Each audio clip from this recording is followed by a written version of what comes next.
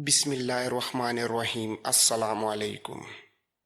انہیں کھجوروں کے کئی ایک درختوں کی چوٹیاں نظر آ رہی تھیں۔ ان کے پتے ہرے تھے۔ درخت نشیبی جگہ میں معلوم ہوتے تھے اور کچھ دور بھی تھے۔ مارکونی ٹیکری سے آگے چلا گیا۔ وہ اب دوڑ رہا تھا۔ اس کا ساتھی اس کے پیچھے پیچھے جا رہا تھا۔ وہاں عجیب و غریب شکلوں کی ٹیکریاں تھیں، بعض ایسی جیسے کوئی انسان گھٹنوں میں سر دے کر بیٹھا ہو، کچھ بڑی تھیں اور کچھ چھوٹی۔ مارکونی ان میں سے راستہ تلاش کرتا دوڑتا جا رہا تھا۔ سورج پہاڑیوں کی چوٹیوں کے قریب چلا گیا۔ مارکونی کا سانس پھولنے لگا۔ اس کا ساتھی قدم گھسیٹتا جا رہا تھا۔ مارکونی اچانک رک گیا اور آہستہ آہستہ یوں پیچھے ہٹنے لگا جیسے اس نے کوئی ڈراؤنی چیز دیکھ لی ہو۔ اس کا ساتھی اس سے جا ملا اور حیرت سے اسے دیکھنے لگا۔ ان دونوں کو اپنی آنکھوں پر یقین نہیں آ رہا تھا۔ انہیں ایک نشیب نظر آ رہا تھا۔ یہ کم و بیش 1 میل وسیع اور عریض تھا۔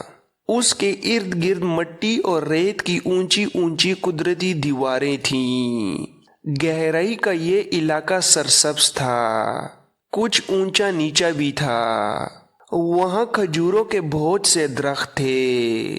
صاف ظاہر تھا کہ وہاں پانی کی بہتات تھی۔ ایسے جہنم میں ایسا سرسبز گوشہ فریب نگاہ نہیں تھا۔ وہ اسی خطے کی بو تھی جو مارکونی نے سونگھی تھی۔ مارکونی کو اس جگہ سے کچھ آگے ایسی پہاڑیاں نظر آ رہی تھیں جو ریت اور مٹی کی نہیں بلکہ پتھروں اور پتھریلی سلوں کی تھیں۔ ان کا رنگ سیاہی مائل تھا۔ اس جہنمی خطے کے باہر سے یہ پہاڑیاں نظر نہیں آتی تھیں اور اس سرسبز جگہ کا تو کوئی تصور بھی نہیں کر سکتا تھا۔ مارکونی نے تیزی سے بیٹھ کر اپنے ساتھی کو بھی بازو سے پکڑ کر بٹھا دیا۔ انہیں ایک اور عجیب و غریب چیز نظر آ گئی تھی۔ یہ 2 انسان تھے جو نشیب میں اسی طرف آ رہے تھے۔ وہ سر سے پاؤں تک ننگے تھے۔ ان کے رنگ گہرے بادامی اور ان کے چہرے اچھے خاصے تھے۔ کہیں سے ایک عورت نکلی۔ وہ کسی اور طرف جا رہی تھی۔ وہ بھی سر سے پاؤں تک ننگی تھی۔ اس کے بال بکھرے ہوئے اور کمر تک لمبے تھے۔ شکل و صورت سے یہ لوگ حبشی اور جنگی نہیں لگتے تھے۔ مارکونی کے ساتھی نے کہا، یہ بدروحیں ہیں، یہ انسان نہیں ہو سکتے۔ مارکونی، سورج غروب ہونے والا ہے، اٹھو پیچھے کو بھاگ چلیں، رات کو یہ ہمیں زندہ نہیں چھوڑیں گے۔ مارکونی انہیں بدروحیں سمجھتے ہوئے بھی کہہ رہا تھا کہ یہ انسان ہو سکتے ہیں۔ وہ یقین کرنا چاہتا تھا کہ یہ کون لوگ ہیں۔ وہ ہوا میں اڑ نہیں رہے تھے بلکہ زمین پر چل رہے تھے۔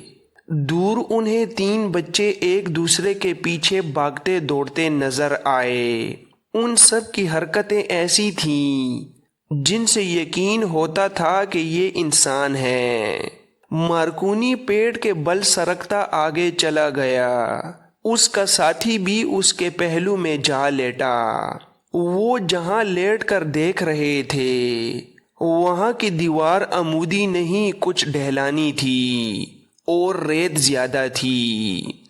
مارکونی کے ساتھی نے غالباً اور آگے ہونے کی کوشش کی، یہ جانے کیا ہوا۔ وہ نیچے کو سرک گیا اور لڑکتا ہوا نیچے جا گرا۔ وہاں سے اوپر آنا ممکن نہیں تھا۔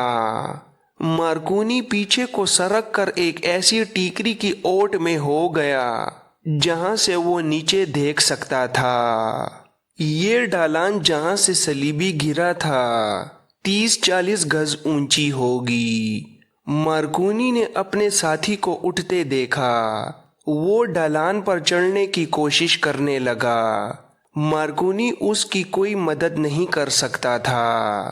وہ دو ننگے آدمی جو اسی طرف آ رہے تھے دوڑ پڑے۔ مارکونی نے انہیں اوپر سے دیکھ لیا، اس کے ساتھی نے نہ دیکھا۔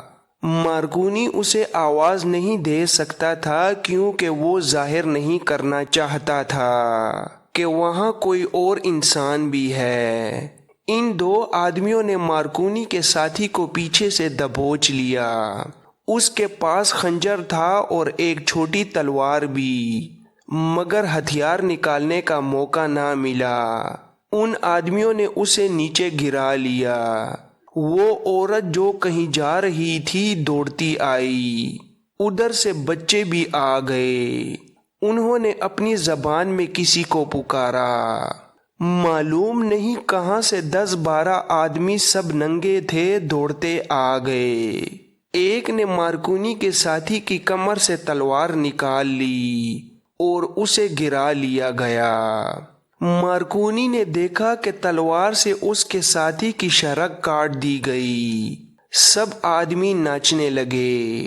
وہ کچھ گا بھی رہے تھے اور ہنس بھی رہے تھے۔ اتنے میں ایک ضعیف العمر انسان آ گیا۔ اس کے ہاتھ میں اپنے قد جتنا لمبا عصا تھا۔ اسے دیکھ کر سب ایک طرف ہٹ گئے۔ یہ بوڑھا بھی ننگا تھا۔ اس کے عصا کے اوپر والے سرے پر 2 سانپوں کے بھون بنے ہوئے تھے۔ یہ فرعونوں کا امتیازی نشان ہوا کرتا تھا۔ بوڑھے نے مارکونی کے ساتھی کے جسم کو ہاتھ لگایا۔ وہ اب تڑپ نہیں رہا تھا بلکہ مر چکا تھا۔ بوڑھے نے ایک ہاتھ ہوا میں بلند کیا اور آسمان کی طرف دیکھ کر کچھ کہا۔ تمام ننگے انسان، جن میں چند ایک عورتیں بھی تھیں اور بچے بھی، سجدے میں گر پڑے۔ بوڑھا ابھی تک کچھ بول رہا تھا۔ اس نے ہاتھ پھر اوپر کیا اور سب سجدے سے سر اٹھا کر اٹھ کھڑے ہوئے۔ بوڑھے کو ڈالان کی طرف اشارے کر کے بتایا جا رہا تھا کہ یہ آدمی ادھر سے نیچے آیا ہے۔ بوڑھے کے اشارے پر وہ لوگ مارکونی کے ساتھی کی لاش کو اٹھا لے گئے۔ مارکونی کو یہ خطرہ نظر آنے لگا کہ یہ پراسرار انسان اوپر آ کر ہر طرف دیکھیں گے کہ نیچے گرنے والے کے ساتھی بھی اوپر ہوں گے۔ وہ کچھ دیر وہیں سے نیچے دیکھتا رہا، پھر سورج غروب ہو گیا۔ مارکونی نے موت کو قبول کر لیا اور فیصلہ کر لیا کہ وہ اس جگہ اور ان لوگوں کے بعید کو پانے کی کوشش کرے گا۔ اس نے ایک ہاتھ میں خنجر اور دوسرے ہاتھ میں چھوٹی تلوار لے لی اور ادھر ادھر دیکھتا ایک اور سمت چل پڑا۔ شام اندھیری ہوتی جا رہی تھی۔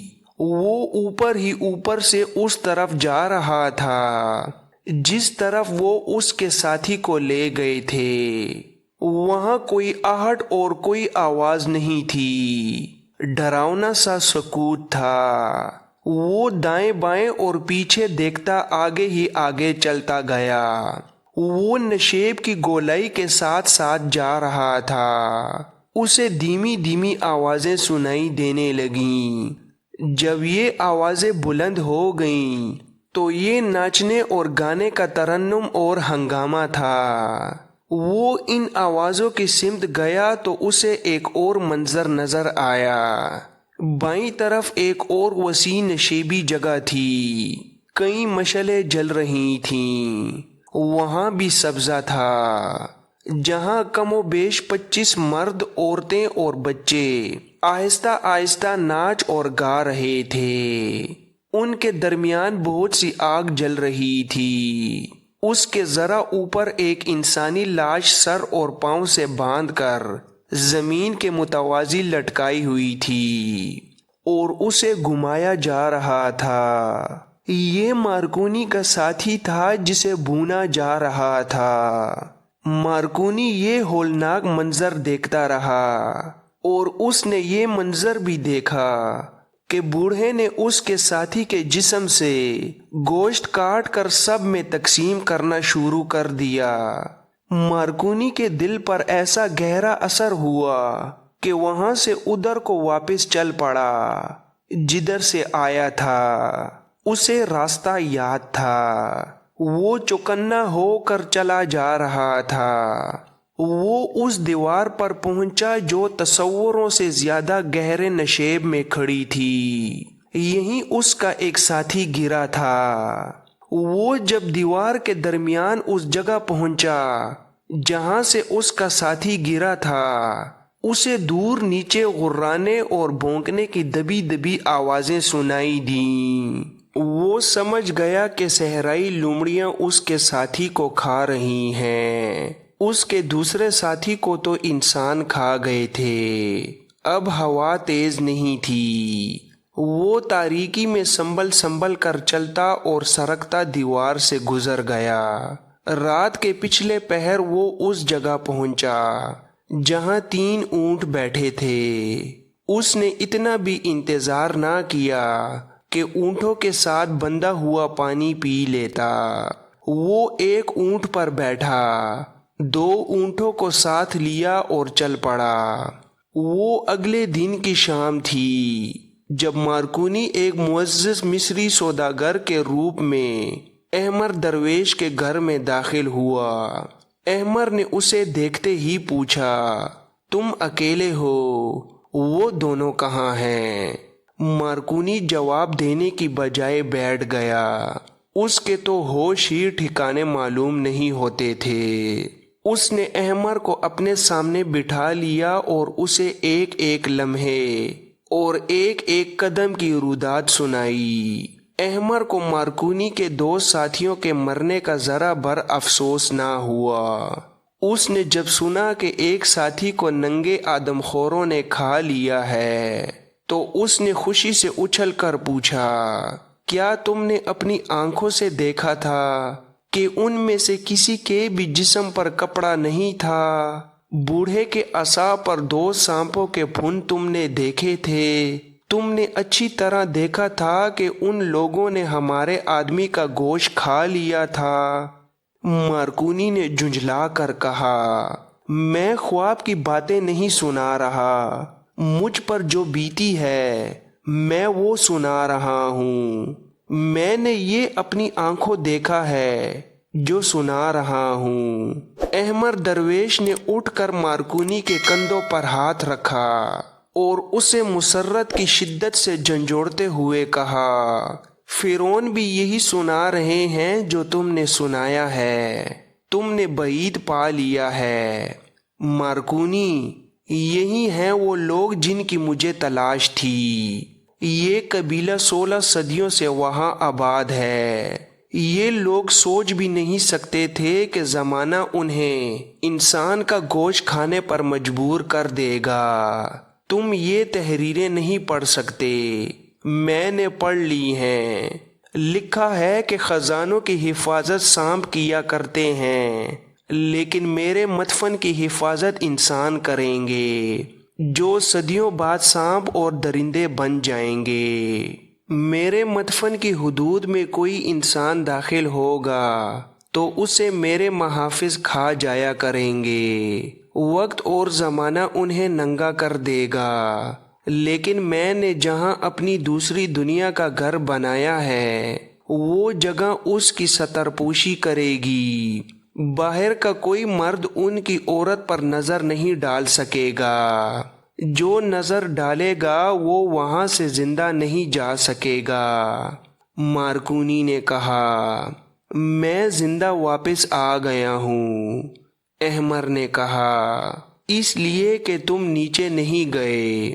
تم نے جن سیاہ رنگ کے پتھریلے پہاڑوں کا ذکر کیا ہے وہ پہاڑ اپنے دامن میں کئی رمیسز کی حنوط کی ہوئی لاش اور خزانے چھپائے ہوئے ہیں، اور یہ ننگے لوگ ان کے آباء و اجداد اور رمیسز کے وقت سے وہاں پہرا دے رہے ہیں۔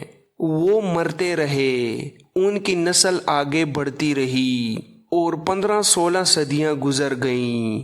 میں بتا نہیں سکتا کہ وہ زندہ کس طرح رہتے ہیں، شاید درندوں کی طرح صحرا کے مسافروں کے شکار میں رہتے اور انہیں بھون کر کھا لیتے ہیں۔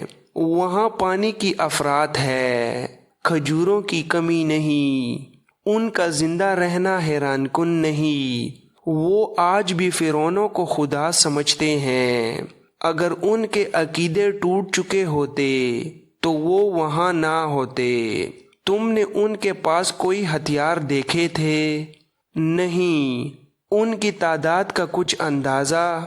رات کو جب اکٹھے تھے تو 25 تھے۔ احمر درویش نے کہا، وہ اس سے زیادہ ہو بھی نہیں سکتے۔ مارکونی نے کہا، ہاں، میں نے ان کے پاس 2 اونٹ بھی دیکھے تھے۔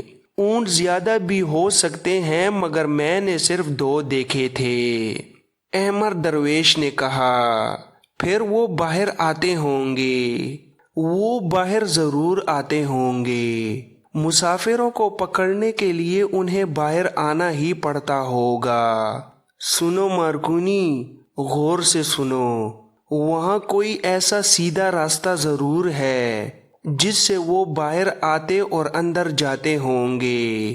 یہ پہاڑوں کا خفیہ راستہ ہوگا۔ میں نے تمہیں جو راستہ بتایا تھا وہ آنے جانے کا ایسا راستہ نہیں جس سے بار بار آیا جایا جا سکے۔ وہاں کوئی اور راستہ ہے جو ان ننگے آدم خوروں سے معلوم کیا جا سکتا ہے۔ میں اس کی ترکیب سوچ چکا ہوں۔